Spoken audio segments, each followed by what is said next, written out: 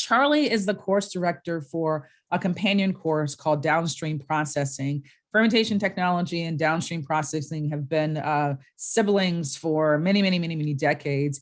And it's actually not unusual to have our participants take both of those classes, sometimes in the same year, more often than not over the course of 2 or 3 years, en route to a certificate program like the one that we're talking about today. The downstream processing course is also moving to a live virtual format, also meeting and live interaction for half a day as opposed to a full day. This class has traditionally focused more on the biopharmaceutical industry. So in particular, focusing on those downstream processing methods that are unique for the purification of macromolecules and higher molecular weight products.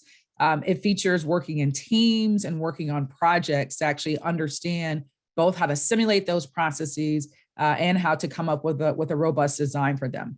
So I know Charlie is actively planning for offering this course the week after our course, and certainly we will look forward to having you all participate in that one as well.